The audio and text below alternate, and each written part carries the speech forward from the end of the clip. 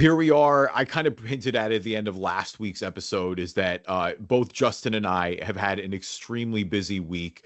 Justin celebrating his daughter's second birthday, myself graduating law school. That is not me patting myself on the back. It is simply just a fact of life. And so, we're a little, we never did a full Western Conference preview. I feel like we kind of did a little bit in the sense, what we were talking about, because Minnesota had punched their spot and we were waiting on the outcome of Denver and Oklahoma City game 7. Obviously, OKC winning that game. And now we're 3 games into the Western Conference final and the Eastern Conference final. So we're going to talk that. And of course, later on, we are going to put Denver in the Doom meter. But with that, we'll do the full intro. But I do want to welcome our bud Chase Bunker back to the podcast, of course, on WOKV down in Jacksonville. Bunker's Burning Hot Take, that game show. Like I said, the full intro will come later on the podcast. But we do want to start out West, being 3 games into this now. OKC is winning 2-1. Big wins for OKC at home to start the series, 114-88, and then 118-103. But then Minnesota in a must-win game 3. Won in a big fashion by 42 points, casual 143 to 101. But I mean, really going back to that game 7 and now, because I mean, all along, Chase, we've said that, I feel like OKC is the best team. They were the best team in the regular season. All their advanced metrics rank really high. Like it just feels like they are the team to beat this year. Yet what most impressed me, and again, is they've been checking boxes, but I really thought that game 7 was a check the box because they were down early. Like Denver, they could have been shell shocked. And it looked like for a split second in that first quarter that, here we go with this core again. Is the moment still too, are the lights still too bright for them? We, all season long, we talked about their, how they brought in these veteran players and how it feels like after last year, they're more equipped for the moment. To see them win that game against a championship team in Denver, and then to go out and get this 2-1 lead. I mean, I don't know. How do you feel about this? They're still the team to beat, and obviously give Minnesota credit for punching back, but you still got to feel like OKC here is in cruise control, right? Yeah. By the way, if you're watching this on the video version of the Drive and Dish NBA podcast, I didn't realize that Justin's daughter was turning 2, and so I proceeded to text "Happy birthday, get drunk." So if you see a text blow up, by the way, that is me texting a 2-year-old go get drunk, which is what I send to everybody except for people who I find out are recovering alcoholics. Yeah, I think that was kind of like a big step up game for Oklahoma City. And granted, no matter what you say about Denver, and I know that we're going to talk about Denver a little bit, about how they're not the team that they used to be, still winning a game 7, especially when it's against Nikola Jokic, the other MVP nominee, it's never easy. And so, like you said, yeah, they were it's, to me, looking at that game, looking at the final score, this was kind of a big hurdle, I think, for OKC. And now I think they're definitely a team to beat. It was obviously disappointing last season, the way that they were the number 1 team again, lost out, and now they're back in the finals. And it seems like this team has an edge, so to say. Granted, I say that with the way the Western Conference finals are, some team's going to win by 40 again, and watch it be the Wolves again. And all of a sudden, oh, hey, now we're back on, are they on fraud watch? That's the thing with Oklahoma City. And I think it's because when you have Shai Gilgeous-Alexander, when you have an MVP, it's pretty much finals or bust. That's all that it is now. You can't have an MVP and then go out in the semis. So, if not, you get hit with the fraud watch. That's what every sports media outlet's going to do. And so I think OKC is the team to beat. I think they're significantly better than they are last year. I think they're a lot smoother. And so I think that, yeah, just another hurdle, and they're fun. They're just an overall fun team to watch. Yeah, and I mean, look, it was a bit of, we said with Minnesota, in a weird way, which is because Denver employs Jokic, but that we felt like Denver would have been the better matchup because of Minnesota's personnel, with just the bigger bodies they have with Randall, with Gobert, with Reed. They have the personnel to match up with them, or with SGA, or with the Thunder, excuse me. Like I said, a little bit of a different style. The NBA is acting like they're doing this. They casually waited to award the MVP award into SGA until after that game 7 was done, and they act like we were gonna all see that. But I digress. Obviously, it was a deserve. I'm not gonna be, I personally would have voted for Jokic this year. I think Jokic had a historic season, and I think he deserved. And plus, like, look at that Denver team without Jokic. I know some of their core. Again, we'll talk a little bit later about the parts that didn't play well in the playoffs, but I think, namely, like Jamal Murray was what you needed him to be in the playoffs. But Jokic for large portions of the seasons carrying them were like, this Thunder team is great. Like, SGA is obviously the engine to this team. I would never say otherwise. But when you look at Chet Holmgren, when you look at Jalen Williams, when you look at Lou Dort, when you look at, again, their additions with Caruso and Hartenstein, like, this team's deep. Like, they're built to win now. Yeah. It's definitely finals or bust for this team. I mean, anything other than that is a failure. And I mean, look, again, I still feel like they're in cruise control here. I have a tiny bit of alarm just off the fact that Minnesota beat them that badly. You go, wait a minute, you guys put up that big of a stinker, but you win this game 3, you're going back. Like, I don't feel like Minnesota is going to beat this OKC team 3 times in a row. Yeah. And I also look at like game 3, and if I'm the Thunder and I go, hey, SGA had 14 points, like Jalen Williams had 13, Chet Holmgren had 10, like it just wasn't your night. Like, you weren't beating anybody. Like, Ant was phenomenal, Randall was phenomenal. So we'll see if it's flipped. Again, Minnesota, they did what they needed to do. Minnesota forced, they won that must-win game 3. You can't go down 3-0 under any circumstances. So it's good for them to bounce back. We'll see if they figured anything out. I mean, the big takeaway was Ant. It was like, look, and maybe that is the key. We've seen that with this Wolves team at times, is where it's like, hey, you just give your best player the ball sometimes and let him go to work. And that's what Ant kind of did in game 3. Like, that was by far his best game of this series. So, I don't know. Is there anything what do you think about Minnesota? How do you feel, I guess, about their chances going forward? Do you think they can kind of force this into a longer series, or I don't know. Like, I feel like best case scenario for the Wolves right now is 6. I still think OKC is in the driver's seat here. Yeah, Wolves and Thunder in 6, I think, is definitely like possible. I mean, we could also just see Thunder in 5, just because the fact that like you talk about that win, the T-Wolves win by 42. Yeah, that's big, but also like game 1, Thunder won 114-88, and like pretty much garbage time started at halftime at that point.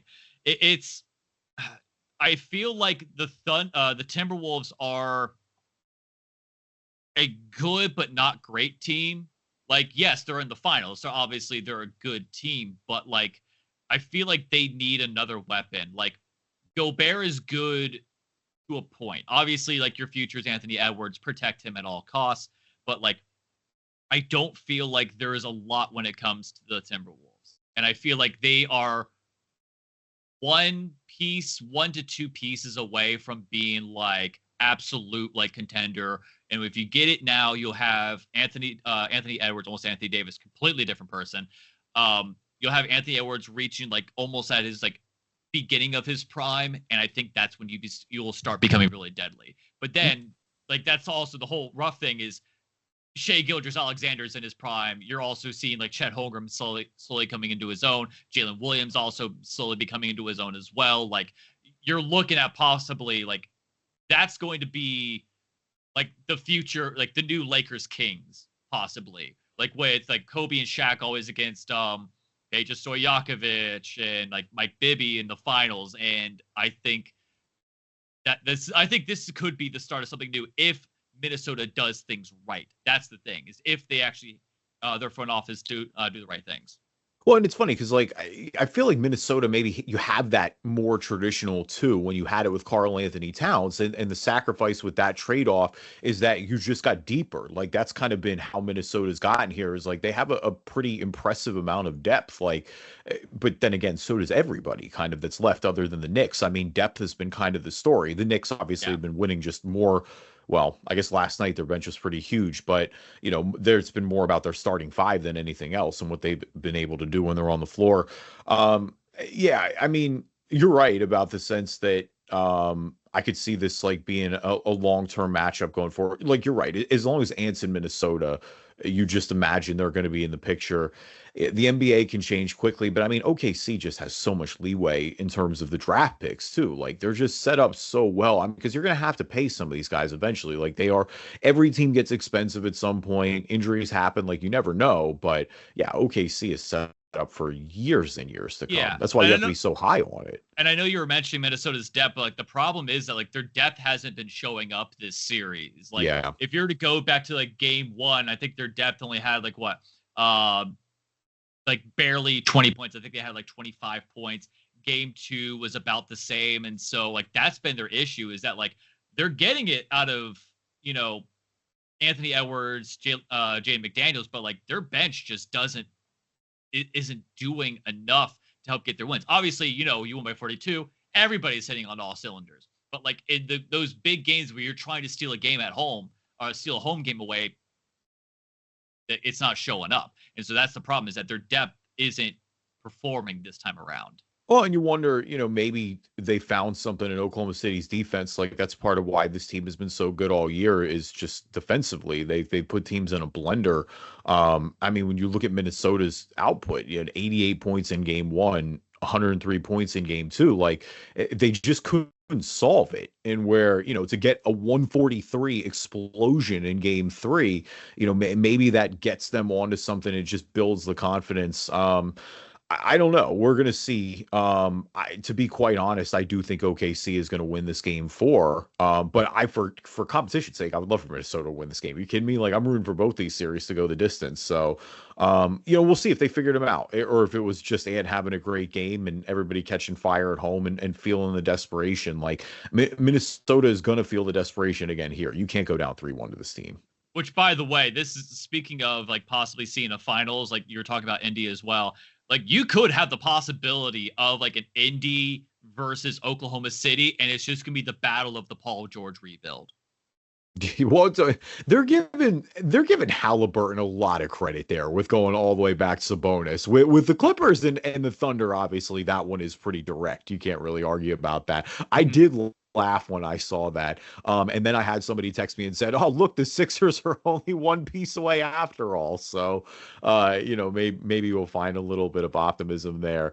Welcome everybody to the Driving Dish NBA podcast. My name is Kevin Rafuse, always trying to find some optimism. Justin Cousart is off this week. Again, Chase Bunker is here at Chase Bunker on Twitter. WOKV if you're in Jacksonville. Of course, he's doing the news there. Listen to That Game Show, where you can listen to all sorts of video game news, the latest stuff there, and Bunker's Burning Hot Take, which has a little bit of everything, more sports with that. But yeah, Chase is a regular jack of all trades, if you will. Listen to the show wherever you get your podcasts. Just search Driving Dish NBA podcast. Watch the video version on YouTube. Just search Driving Dish NBA podcast. And now a word from our sponsors. All right, so coming back, ECF, 2-1 Indiana right now. You know, last week we talked about our excitement for this series, and just, you know, given the rivalry historically, given the rivalry last year when these teams met in the second round, you know, to get back here with even higher stakes. And boy, oh boy, has it delivered, to say the least. I mean, game one is the best playoff game by far this season, in my opinion. And I'd argue it's one of the best over the past few years. Just unbelievable. Game two, a little calmer, but still going into clutch time. And then we come back. Game three, we go into Indiana, blood in the water. Indy has the chance to go up 3-0. They've got a 20-point lead. And don't the Knicks go out there, battle all the way back. Karl Anthony Towns, who is stapled to the bench in game two, completely unplayable, comes out with a massive 20-point fourth quarter. Josh Hart with a few key rebounds down the stretch. That's after he gets benched for Mitchell Robinson in the starting lineup. New York's depth, which what we talked about, has been, you know, that's been their flaw. The starting lineup has been great, but the depth kind of stepped up and shined in this game three. Though, boy, I again, like I'm rooting for the Knicks, and it's crazy because both these teams too, you know, the Knicks, Indy, you feel great no matter what. You're up 2-0. You got two in New York. Like, you're all kind of in house money. I don't think you really panic about losing game three. You lose game four. weirdly you still feel all right. Like, because even with 2 or 3 of the Garden, the Pacers have been playing great on the road. Obviously 2-0 in this series, but so have the Knicks. Like the Knicks, this entire playoff run have been phenomenal on the road. And so here we are, with the next game coming up here in a few nights, in Indy, with the chance to go up 3-1. Again, I think it goes without saying, like, I know these have been competitive, but I don't see the Knicks winning their next 3 games against the Pacers if it's 3-1. But I mean, this has been everything that you could ask for so far. Oh, absolutely. Like this series has just been phenomenal. Game 1 was just like the fact that you're up 14 and you blow that. Not only do you blow it, and I'll ask you this a little bit later on. We can talk about this later. Just like the fact that Tyrese Halliburton's shot, that which we thought was a 3, ended up being a 2 to send it to overtime. Back iron comically goes up at a comically high distance, and it just swishes right in. Like it's an Airbud shot. Like you would see that in Airbud. You won't see that in the NBA, but yet we somehow did. Drops the choke sign, which I thought was just absolutely great. We see all of that. By the way, I'll ask you this so we can answer it later. So I'll give you time to think. What's a worse shot to go out on? Is it the comically high arch off the back iron to go in, or the Kawhi Leonard bounce around the rim 5 times before it goes Chase, in? let me tell you, it's Kawhi. It's not even close. It was is slow. It because of the it's slow Sixers motion. It was slow motion seppuku, dude. Slow motion seppuku. Good band title, by the way. You might see them at Rockville next year. Like actually. You're not gonna go with like the comically high arch, because I thought it didn't go in at first. I saw it hit the back iron, like, oh, that sucks that it, hit the back iron. Oh, wait a minute. Hallie was absolutely incredible for throwing up that choke sign in the moment. And I mean, it is some cold-blooded murderer. Like, I love that. That's peak sicko mode from Halliburton. Man, if they lost that game 1, he'd have looked like such a chump for having that toe on the line. Like, thank God for Hallie's sake. And I mean, it did take away from it a little bit. Like, still incredible shot. And they really did. They blew it down the stretch. They lost the game in overtime. But like, dude, I really, for a split second, I was like, yo, Hallie, you can't waste that now. Like, you have to win this game for the Pacers. And look, and I mean, that's why that game 3 for the Knicks, the way they won it is so important, because like you said, the Knicks were on the mat. Like they've had pretty much everything that could have happened to them, like mentally, that could have gone wrong for them in the way that these losses have happened so far has happened. For them to pull themselves off the mat like that, you got to feel pretty good. You got to at least like your chances going into this game 4, given how they've been and how close they've been, 138 to 135 game 1 win for the Pacers, 114 to 109 in game 2, and then 106 to 100 for the Knicks in game 3.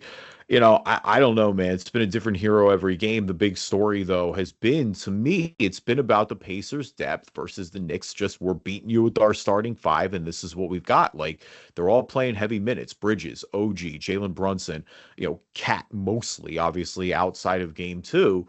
And they've just said, hey, we're going to ride. And at moments, it feels like that's where the Pacers have won. Like, look, the Pacers starting lineup has been phenomenal. I don't want to take anything away from Hallie, from Miles Turner, Pascal Siakam, the game 2 hero, with another stellar playoff run that he's having, which quietly, sneaking under the radar, which he's been doing for a few years now. Yeah. With Nembhard, with Naismith, like, but it's TJ McConnell off the bench. Like, it's Obi Toppin off the bench. Like, they're just giving you quality minutes. And that, to me, that's the difference right now. Is it's just like, Knicks have to win those minutes with their starting lineup, because it feels like they're getting killed every time they're off the floor. Where the Pacers just have a little more luxury. You look at a guy even like Ben Shepherd, who's played quality minutes. You know what Mathurin is, but I don't know. And it is obviously, too, just such a drastic difference in styles, with the Knicks playing more of a half-court oriented offense and the Pacers just trying to outrun you every single game. I don't know.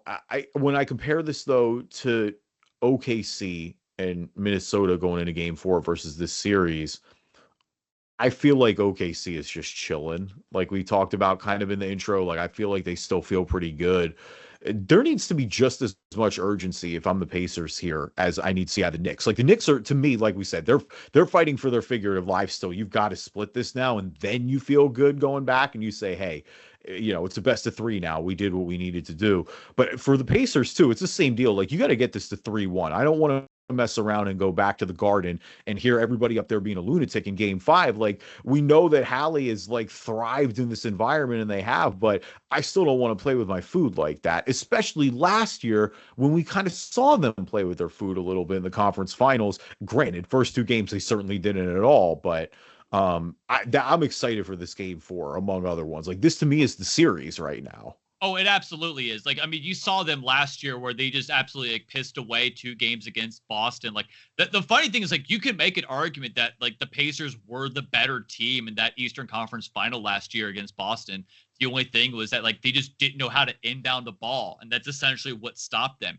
This year, like, I think that they've obviously learned from that. But yeah, you definitely want to be up 3-1. By the way, you got to give credit to Thibodeau just because of the fact that like he's a very much a ride or die. These are the guys I'm going to run with, and we're going to, no matter what, I'm going to just go with it. But then game 3, they make the change, having Mitchell Robinson start instead. And the thing is, like, you can make an argument that he didn't necessarily need to do that. Like, the reason you lost wasn't because of your starters. It was just like, I mean, like, in a way, I guess you can. But at the same time, like, that's not the adjustment you needed to make. Like, you only lost by like single digits. Like you went into overtime and won, and then like the other one, like, yeah, you like lost towards the end. Like this wasn't like the Western Conference games where you're getting blown out by 40. So it wasn't a necessary change, but then he makes the move, and now all of a sudden they go down 20, come back up now, pulling pretty much a reverse game 1 and taking 1 game back. Like for New York, it's hard to imagine them winning 3 straight if they go down 3-1. It's definitely not out of the realm of possibility because they've been in every game so far. But if you are the Pacers, you don't want to give them that inch because like the Knicks will take that and they will just skyrocket and they will just beat you over the head with it. I've got a random Pacers question that just popped in my head, but I was thinking about this because and it goes back to Siakam being on another playoff run here, playing, in meaningful conference finals minutes, obviously the champion with Toronto. Whose legacy gets a bigger boost if the Pacers win a title? Rick Carlisle or Pascal Siakam? That's a good question because I'm kind of proud of this one. I like this one. No, that's a good, like, because what's funny is like when you're bringing up Pascal Siakam, I kind of just think of him as like the Levante David of the NBA, in that like when we talk about greats, we really don't talk about Pascal Siakam because considering the fact that he was very important in that Toronto Raptors championship run. He was obviously like he's a big piece over in Indy, and I can't think of like where I would rate him in the NBA right now. Like, I don't think like, do we say that he's top 15? Like, I think if you were to ask like the filthy casual, they would probably have him as like maybe a top 30 or top 40, but like it's weird, right? Because like, right, yeah. I don't think I'd take him in a vacuum at top 15, but I also go like when you look at players and you go, hey, who do I trust in the playoffs? I trust Siakam in the playoffs big time. Yeah. And when they made that move, I like that for Indy. That was a push the chips in type move.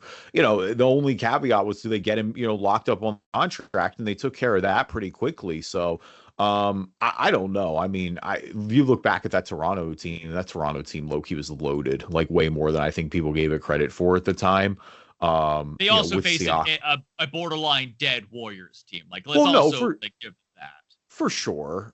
But like, I'm not gonna fault them for that. And I mean, Clay, to be fair, didn't die until the last game of the series. Without KD, though, yeah, I mean, the Warriors team definitely not invincible. But I mean, still, you look at that. I mean, dude, Kawhi, Danny Green, Siakam, Marcus Gasol, Fred VanVleet, Serge Ibaka, OG, like that's a good lineup. I didn't even mention Kyle Lowry, like dirty player, like better in hindsight. Like, I feel like that team would beat a lot of these recent championship teams if you stack them up somehow.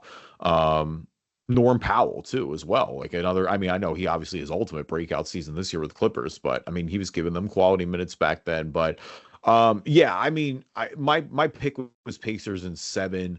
I'm not backing off that. I want this to go 7 very much. Like I texted one of my buddies, like Knicks fan. I texted Mike and I was like, man, dude, I need the Knicks to win game 2. And then they didn't. And then like when the Pacers were down or up 20, I'm like, man, they're really just doing this. Like the Pacers are really going to walk the Knicks like this, and I'm glad the Knicks fought back, made this a series. Like I said, I think Game 4 is really what it's going to come down to here. Like this is everything. But I think going back to your original question, I think this would probably help out Siakam's legacy a little bit more. And I think it would probably bring his name out more as well, rather than Rick Carlisle. Because I think Rick had, at least when he was with Dallas, he had, Luka. He had a little bit of Luka. He also had Dirk as well, and so them also beating the Heat. So I feel like when you're a coach and you win one, you're automatically kind of like your legacy is already there. I feel like with players, it's like, all right, that's cool. Win another now. Like we judge them on just a completely different scale. And so I think with someone like Pascal Siakam, it shines his name out a little bit more. See, it's funny, no, because I don't disagree with that in the sense that you're right. Like it makes him more of a household name, and you go, yeah, he's got 2 championships. With Rick, though, it's interesting because I mean, it's the distance though in the championships. Like Rick Carlisle's last title was in 2011. If you come back here 14 years later and put a trophy on the board in a much different era of basketball, obviously, I mean, Rick Carlisle is one of the best coaches in the NBA, or has been for quite a little bit now. He's won a bunch. He's got a championship, but he's not a guy that really gets brought up in those elite coaching conversations.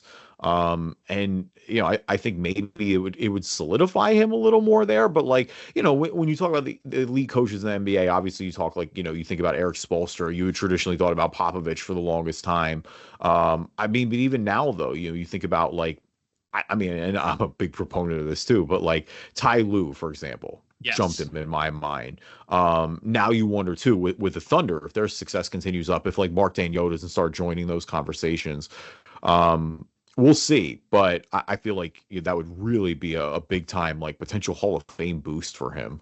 Yeah, like it's funny how like championships just immediately boost a coach in a way, because like Doc Rivers has been riding that one championship for a long time, and it's gotten him a lot of high profile gigs as well. Like Mike Budenholzer, like that let's not forget, Mike Budenholzer was about to get fired, and then he won a championship, and Milwaukee's like, well, I guess we have to keep him now.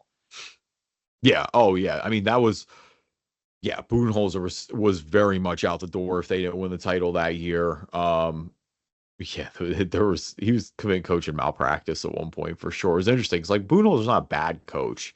I just feel like Budenholzer's like an okay coach.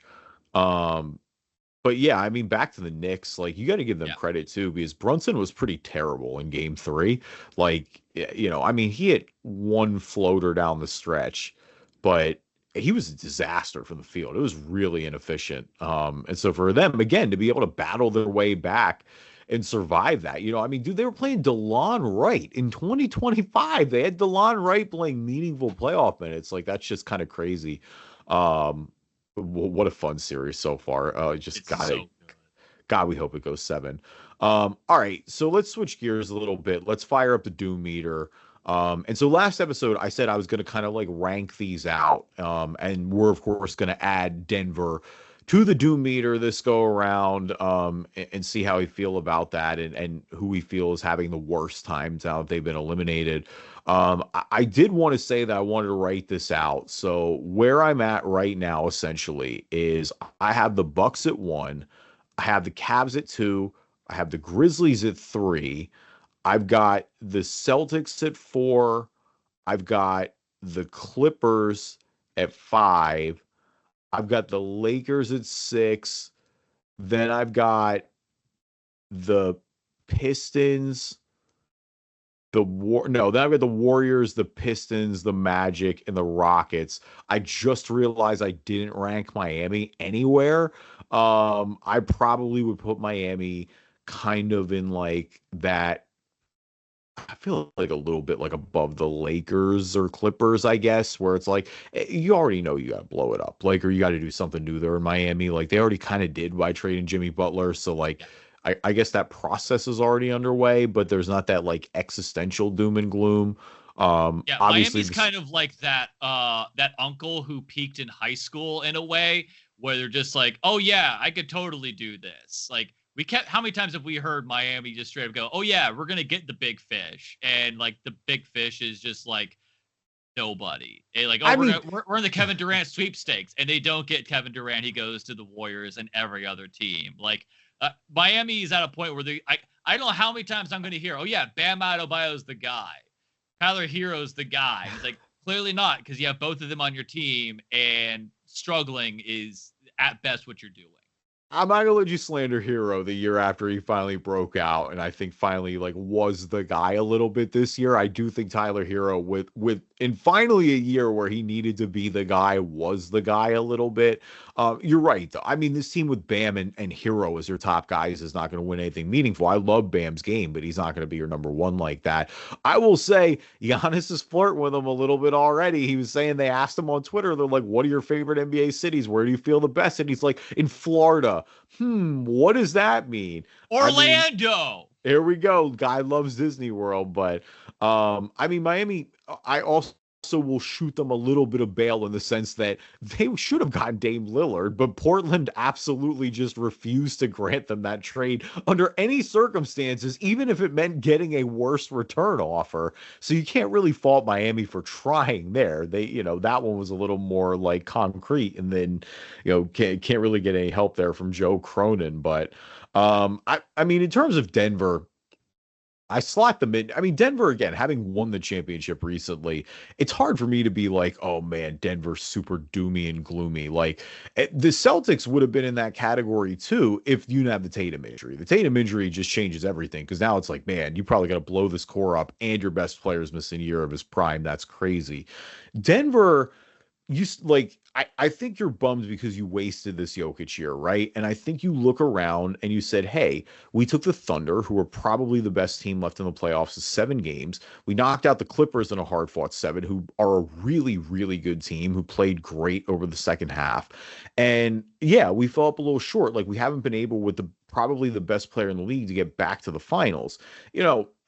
It's a lot of what we talked about, though, right? Like, they got to get better with the depth here. And for the most part, their top guys, Jamal Murray was kind of a question mark all year, but you got what you needed. I mean, he had a pretty bad game 7, which unfortunately recency bias, that'll be on everybody's mind. But I thought Jamal Murray was pretty great for most of the playoffs. I thought Aaron Gordon was phenomenal for this playoff run. Like, he was exactly what you needed.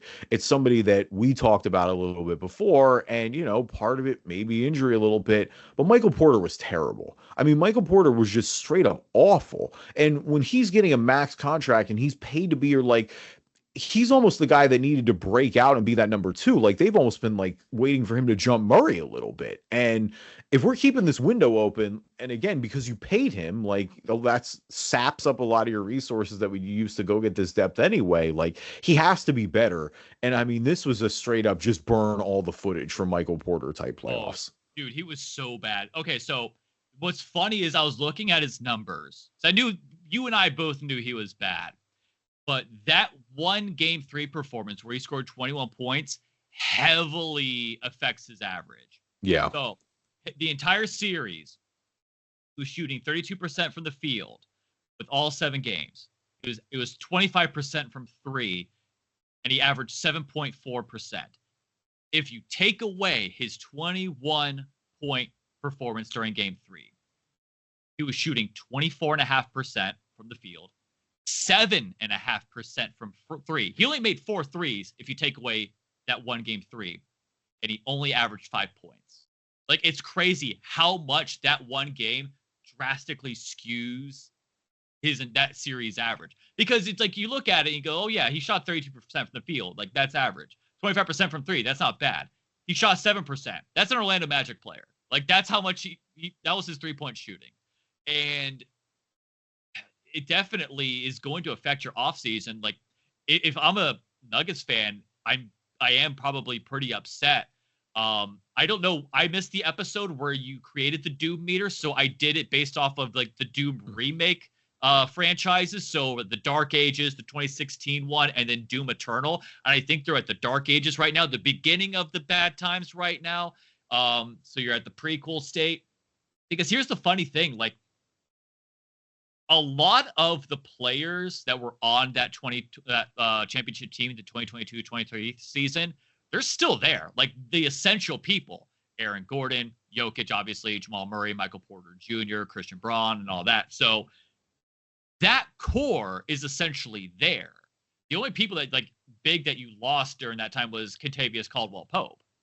But other than that, like Bruce Brown, Jeff Green. Bruce Brown and Jeff Green are the other two that are like the other two like significant ones, because let me see, I just had I mean, KCP was the biggest. I agree. KCP was definitely their biggest loss. He played a ton of meaningful minutes for them. But Bruce was great that year they won the title.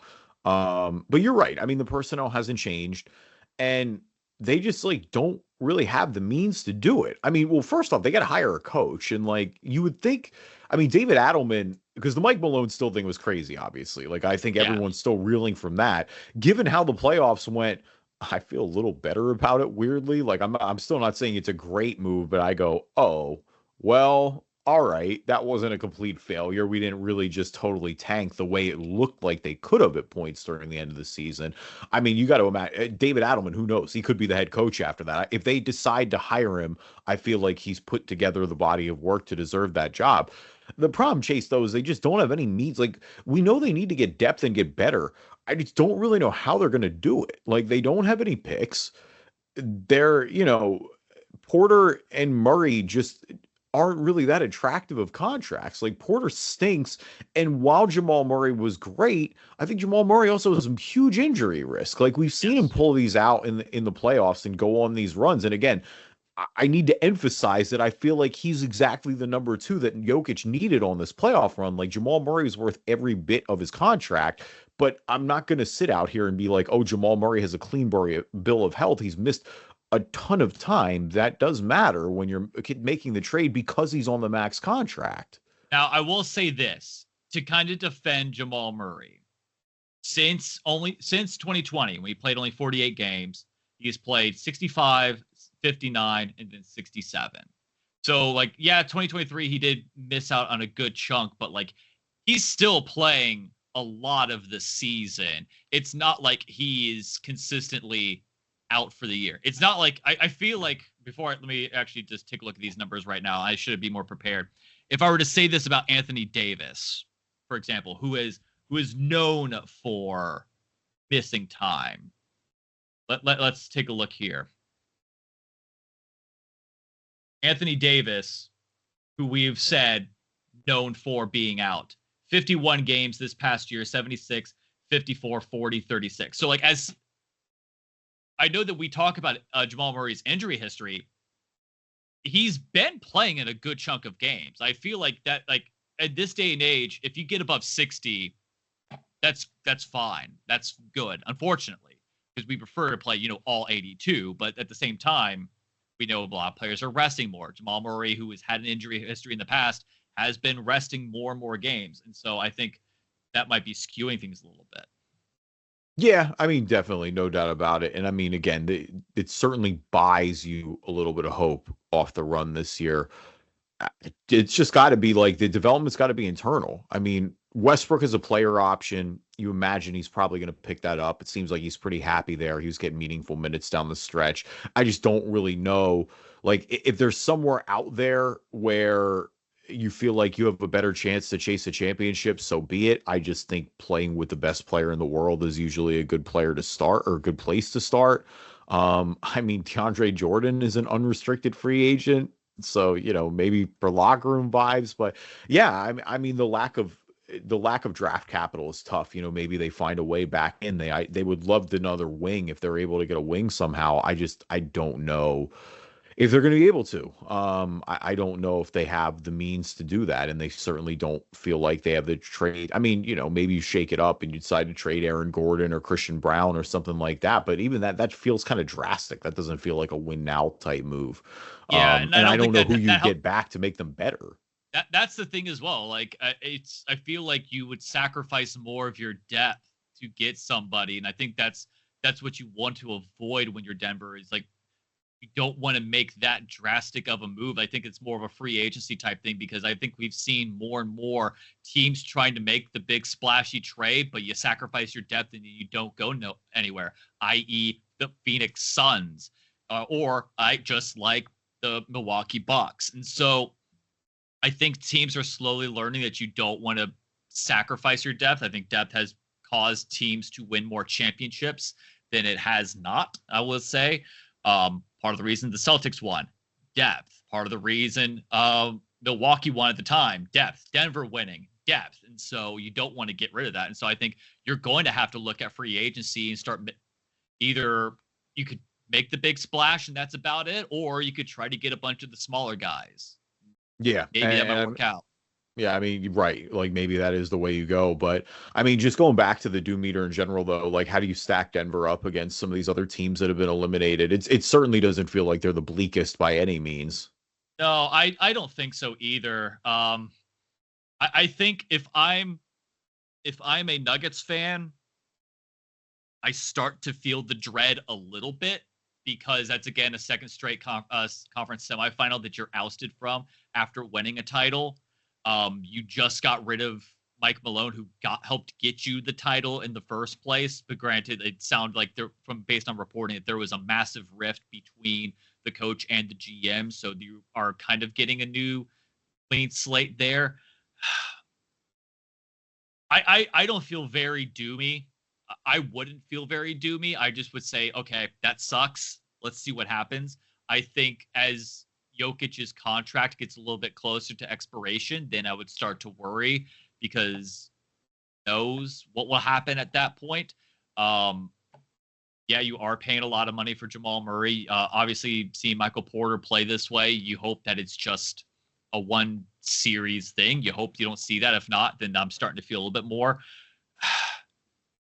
I would say it's incredibly low. I would have to look at your list again to be like to put like the comparisons. Like I would say that sucks, but I just won a title, so I'm already feeling good there, and I'm not worried as of yet. Yeah, the win, like you said, winning a title goes a long, long way. I mean, it has to really go south to win a title. I mean, again, it's Milwaukee. Milwaukee's the only team that has a title here recently where you feel like you're like, oh man, just because there's no way to dig out of their current situation, and it just doesn't feel like they have any means to go and chase another one. Where like, Boston, you feel that way now. You didn't feel that way until after the season, and even then you hope you can retool a little bit. And by the time Tatum comes back, you still got your duo. So it's not the end of the world. The Warriors, it's more of, hey, we're running out of time with Steph, but again, not too far off 2022, running out of time with Jimmy now as well, trying to get that duo to work. But, yeah, it still hits though a lot less than, for example, the Cavs just had their best regular season arguably in the entire franchise's history. And that's saying something when you employ LeBron for how many years. And then they go in and it's not like they just lose in the second round. They get ran out of the gym in the second round by the Pacers for their like fourth straight year of playoff failure, basically. I mean, and that's kind of how Memphis is too, right? Like Memphis, it's been multiple playoff failures. Now they haven't really got to the heights with this core that you thought they would. And so now you're looking around and going, hey, do we make tough decisions? If you're Memphis, do we trade Ja Morant? If you're Cleveland, do we trade Darius Garland, or do we break the Evan Mobley, Jared Allen duo up? It doesn't feel like they're going to trade Donovan. I don't think they're there yet, but yeah, that's a lot more when there hasn't been that win in the past. Like that's a lot more stressful of a question. Yeah, I think if you're putting comparisons, I would say I'd be more stressed if I was a Grizzlies fan. I would be more stressed if I was a Warriors fan because again, like the Grizzlies have been dealing with one Ja Morant's like off the court, really whether it be injury or suspension, you're dealing with those issues. And now it's like, okay, you obviously you fired a coach also midway through the season. What's going to happen with this team? Like, like you said, do you start maybe fielding offers with them? I think also another team that might be on the doom meter. I mean, granted, they've already been in kind of purgatory in a way, or already in hell. New Orleans Pelicans. Like, when do you start fielding questions of, all right, do I possibly see if a team wants CJ McCollum? When do I ask who wants Zion? Because you've got a lot of money with a lot of injury and not a lot of production either. And so you have to start wondering, okay, where do we go here now? Yeah. Oh, I mean, if we're doing the non-playoff teams, then yeah, there's a few I'm adding to that list. Right? New Yeah. Orleans is definitely a great example there. I mean, Dallas certainly changes now that you got number one there, and no comment. I know. Um, Like yeah, Nico Harrison has to trade, has to get fired before he trades that pick for George Hill or like somebody like that, because I don't trust him. Does anybody trust him? I know that there was a report out there that said, "Oh, he's going to pick Cooper Flag." Is he I though? I he don't has trust to. it. He He has to. has to, unless you're trading for Giannis. But even if you're trading for Giannis, I still think I'm doing that. Um, I look at Nico Harrison and I think next time I don't think I'm qualified for any job. I look at his credentials and I go, never mind. yeah, you got to try at least. But in terms of the other playoff teams, though, I mean, yeah, there's nobody else that I really think. The Clippers again. It's just because you haven't been there with Kawhi. That's what you worry about. And that's why I have them a little higher. It's just like how many healthy Kawhi runs are you going to get? He was healthy this year. Kind of a really unfortunate loss there. The Lakers, just a radically different team. We'll see what they do once you figure out what you're doing with like LeBron and Luca, go into a full off season, try to see how you can retool there. And everybody else that's kind of left, like the Magic, there's still no doom and gloom there. I feel good about the roster, like a little bit of disappointment, but like with Banchero, with Franz, you still feel good. You'll get Jalen Suggs back. A few questions with some of the other younger guys, like, what is Anthony Black long term, for example? But What is Jet Howard?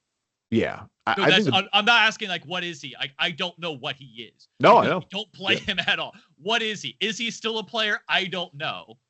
The bigger question, or just disappointment, if you have it for OK or not for OKC, for Orlando, is the guy we talked about, and that's KCP. KCP, I just thought was the perfect pickup, and he just was kind of disappointing. He was a little better in the second half, but like kind of a rough year one for KCP in Orlando. But yeah, even if he bounces back, I mean, the biggest question there has got to be big, right? It's like, what do you do with, I like Goga, I like Wendell Carter, but like is that the long term answer? Probably not.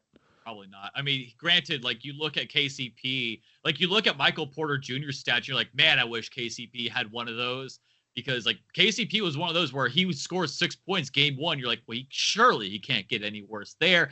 And you'd be wrong. He did. He scored 3. And then you're like, surely he can't get any worse than that. And again, you would be wrong because he put up a fat goose egg. So again, like the KCP contract, like, yeah, he was better in the second half. He was also better when the new baby arrived. And so we're like, yeah, I kind of like this kid more than the others. And then it went back down again. Like that was a sign that like everybody thought, like a lot of like the NBA insiders, like that's probably a big signing for the Magic to take them to the next level. And I don't know what it is. When Stan Van Gundy left the building, he somehow put a curse on that 3-point line that said no one's just going to make threes anymore. He sold And them that's all what out happened. for 09. He said Michael Petrus and Rashard Lewis are the only ones allowed to make threes in this gym. Yep, and JJ Redick. That's about it. Nobody else. And then I mean, yeah, beyond that, I mean, Houston kind of obvious, like we said, a lot of flexibility, young core there. They were already a number 2 seed. You feel great about that. Detroit just came off the biggest turnaround we've maybe seen in modern NBA history. So, Oh my God. Detroit, the only what if is just because you had the Knicks on the ropes for some of these games. And I mean, yeah, the one where Hardaway got fouled, clearly, think you feel pretty bad about. The last game too, like the elimination game, Detroit had them. Like they could have forced Game 7. They had the Knicks on the ropes, and give the Knicks credit. Like they came through in a matter. Jalen Brunson was phenomenal. But right, like given how they were last year, like I watched that team lose almost 30 games in a row last year. Like it was the bleakest NBA season I've seen in quite a long time, and that is saying something. I watched the Sixers do the process, and I've seen the Wizards and Hornets put up some of these years. I mean, and if we're really doing the doom meter for everybody, that's where the highest is. The highest is in Charlotte and Washington. They stink all the time. And then, oh, by the way, they didn't even get high picks this year. Like you're not even, you're not getting a Cooper Flag. You're not getting a Harper. Like you're just back down low. You watch 3 teams jump you. That was the biggest win for Cooper Flag, was not going to that hellhole that is the Charlotte Hornets, where they just suck all the talent out of you and you get nothing. I'm still angry at them for what they did to Kemba Walker. They're doing it now to LaMelo. I didn't even want them to I didn't want them to like ruin Cooper Flag. I have way more sympathy for Kemba than I do for LaMelo. LaMelo, it's just the injuries. I don't even blame, like, LaMelo's got to get healthy. That's the bigger thing with me. Is it's like I do put that on him a little bit. Kemba, you're right. Like, Kemba was phenomenal. He got better every single year in Charlotte, just balled out for them, gave it his all. And I think the best they ever put around him was like an 8 seed in the Eastern Conference that got swept. Like, I mean, like you said, Charlotte legend, like, no doubt about it, earned his stripes there, but you're right, never really gave him a shot to win anything meaningful. That was kind of disappointing. Like, obviously, I don't want him to thrive on the Celtics if I'm being a homer, and that's just because I'm a hater with being a Sixers fan, but yeah. That was one of the more disappointing things, is that I thought Kemba was such a good fit for Boston. Like, that made so much sense after Kyrie left, and he just was never healthy. He never was healthy at all for Boston. I mean, that was the end of his career, basically. Then I think he was out of the league within, 2-3 years of signing that contract. But certified legend for sure. Thank you, everybody, for listening to this episode of the Driving Dish NBA podcast. Appreciate you guys as always. Leave us a review on iTunes, good or bad. I'll read them on the podcast. If you're not an Apple user, watch the podcast. Just search Driving Dish NBA podcast on YouTube. Thanks to our guy, Chase Bunker, for filling in this week. Of course, you can follow him on Twitter at Chase Bunker. News 1045 WOKV. Check him out there. Check out that game show for your video game news, Bunker's Burning Hot Take for all your sports stuff. You got anything like hot takes you want to get off before we get out of here that's really been like lingering on your mind? So I mentioned Rockville. There was a massive festival called Welcome to Rockville. It was a 4-day, 5-stage festival. The final headliner that weekend was Korn, the new metal band Korn. Yep. And I was telling Kevin, it's a good thing I didn't go because of like the 5 songs I wanted to hear, they only played 2 of them. And I was putting together my list of my favorite Korn songs. And like you know Korn, like kind of like I know you're mostly like a rap and hip hop guy, but you at least know like the big Korn hits. Oh right? Yeah, dude, for sure. Like I right, like you said, I was a rap and hip hop guy. I like R&B. I like rock music. Like the Welcome to Rockville music, like more emo for me, but I got a soft spot for some of that new metal stuff and some of that other alternative stuff too. So yes, I know Korn is the short version. For those who do not know, their biggest song is Freak on a Leash. Yes. Not even in my top 5. Okay. Oh, that's the hot take. Okay, that's it. Yes. Okay. It's not even like that's not even like one of their top 5 best songs. What's your like top 3? Hit me with something right now. Did my time, which was on the Lara Croft Tomb Raider soundtrack with Angelina Jolie. Okay, sick. Here to Stay. Back when I think I counted them out like in 2000 or something, and I want to say they did a song with Skrillex back when like dubstep was like really, really popular called Get Up. And I think it's an absolutely phenomenal song. I wanted to also bring in Thoughtless, which had Aaron Paul in the music video from Breaking Bad. That's also in my top 5. But I think those are my 3. Did My Time, Here to Stay, and Get Up. I had a Untouchables wild cover, by the way. That one will always like stand out to me. I always remember that. There's a mashup that I loved back in the day, and it was whoever made this, it was completely in sicko mode. I think I know it. Is it Coming Undone with It? Yeah, Coming Undone with It is amazing. Who did that when they mashed up Lean With It, Rock With It with them Franchise Boys by Coming Undone Within Korn? It is the worst. That sounds like the worst thing I've ever heard in my life, and it works so much better than it has any business working. Yeah, just an absolute classic for sure. And I mean, Korn had songs with hip hop artists. Like, I mean, they had that song with what's it, Play Me with Nas. I like that song. Yes. Yeah, I think they did a song with Ice Cube as well. I'm trying to remember what song it was. That sounds very correct. Ice Cube was definitely like one of those who kind of, it blended a little bit. They blended that like rock and hip hop a little bit around then. The way that they did Coming Undone with It at Rockville. I thought I saw something like there's no way that they did that. Dude, but I gotta find it. I gotta go into set list. If they ever perform that live, I mean, there's no way. But I would pay absurd amounts of money for them to see that live. It's Oh just no, they didn't. It was Coming Undone, but they mixed it with We Will Rock You. okay. Oh, you're Yeah. so close. Oh, they Little, almost got it. little more fitting on that one. Yes. Yeah, a little more fitting, but yeah, no, Rockville a good lineup for sure. I like a lot Oh of yeah. those bands. Like it's all over the place. And now that I'm older, I'm basically like, just there are many genres of music I won't listen to at this point. Um, but it's fine. We don't need to slander anybody today to end the podcast. Again, leave us a review on iTunes, watch the show. Justin will be back next week, and we will catch you guys soon.